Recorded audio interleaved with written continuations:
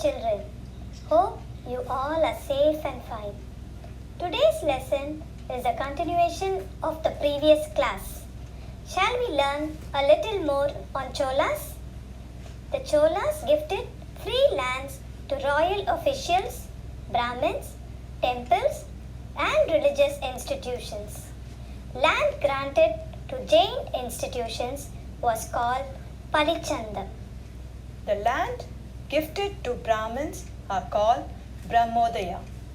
Cholas were great patrons of learning. Rajendra I established a Vedic college at Ennairam, and there were 340 students learning Vedas, grammar and Upanishads. Under 14 teachers. Example was followed by his successors. As a result, 2 more colleges have been founded. The great literary works Periyapuranam and Kambaramayana belong to this period. There was a flourishing trade during the Chola period. Trade was carried out by 2 groups, Anju Vanatar and Maniga Mattar. Anju Vanatar are maritime traders and settled along the west coast. Maniga Mattar engaged in inland trade.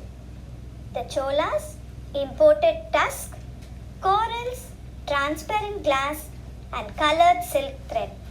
They exported sandalwood, ebony, condiments, precious gems, pepper, oil, paddy, grains and salt.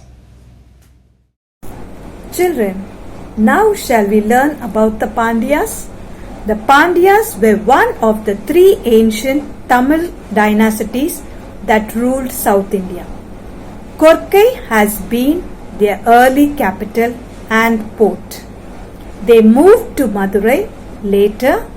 Madurai was a great center of culture.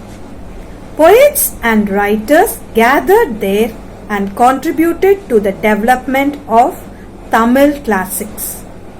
The Pandyas re-established a strong position in South Tamil Nadu by the end of the 6th century. After the decline of the Chola rule, the later Pandyas established their authority to rule till 16th century.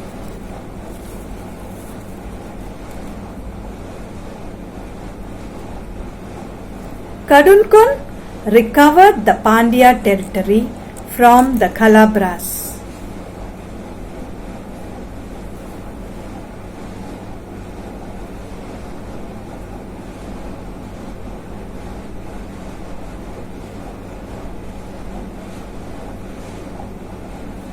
He was succeeded by 2 others. Arikesari Maravarman was the first strong Pandya ruler.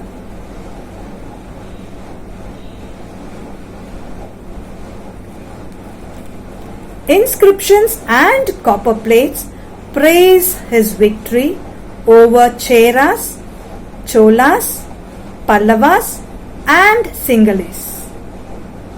After Arikesari, the greatest of the dynasty was Jatilla Parantaka Nedunjadayan, who expanded the Pandya territory to include Tanjavur, Tiruchirappalli, Salem and Coimbatore.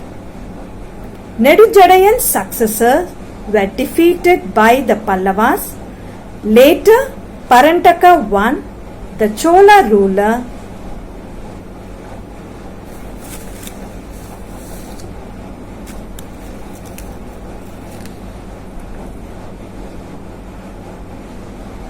defeated the Pandyas and thus ended the Pandya rule. Now we will see the rise of the Pandyas. The Chola viceroyalty became weak in the Pandya country after the death of Adi Rajendra.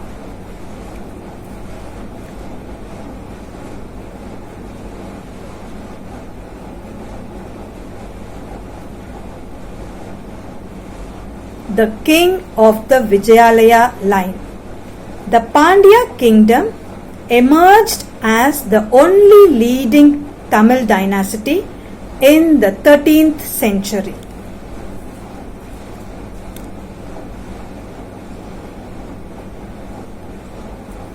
Madurai continued to be their capital and Kayal was their great port. Marco Polo, a famous traveller from Venice,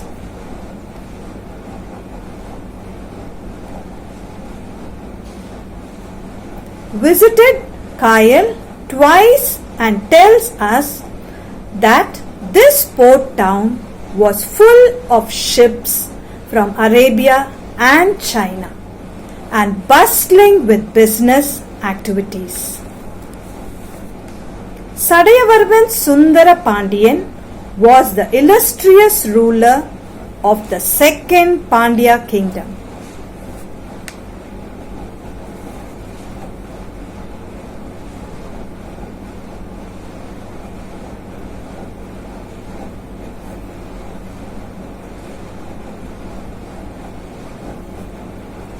He brought the entire Tamil Nadu under his rule. He extended up to Nellore in Andhra. There were 2 or 3 regions who ruled simultaneously along with Sundara Pandian. They were Vikrama Pandian and Veera Pandian. After Sundara Pandian, Maravarman Kulasegaran ruled successfully for 40 years.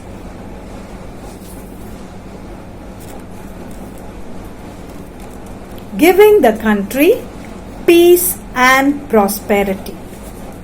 He had 2 sons, but he appointed Veera Pandian as his co-regent. The other son, Sundara Pandian, did not like it and he killed his father. In a civil war, Veera Pandian defeated Sundara Pandian and established his kingdom. The defeated Sundara Pandian took refuge under the protection of Alauddin Khalji. The kings are traditionally referred as Kudal Kon or Kudal Nagar Kavalan. The Pandyas derived advantage over their neighbors by means of their horses. They imported their horses from the Arabs.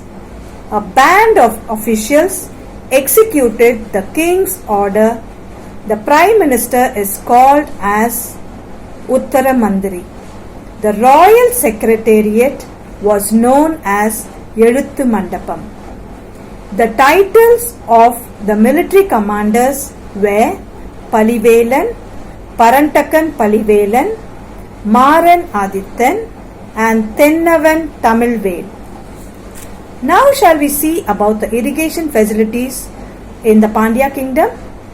The Pandyas rulers created a number of irrigation sources on either side of the rivers Vaigai and Tamirabarani.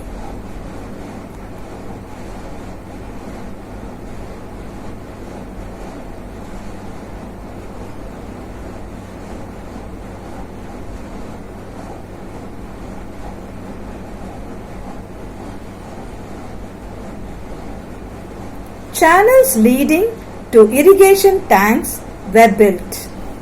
New irrigation technology was introduced and it was done by the local administrative bodies, local chiefs and officials. Medieval Pandyas and later Pandyas did not build any temples but maintained the existing temples by adding gopurams and mandapas.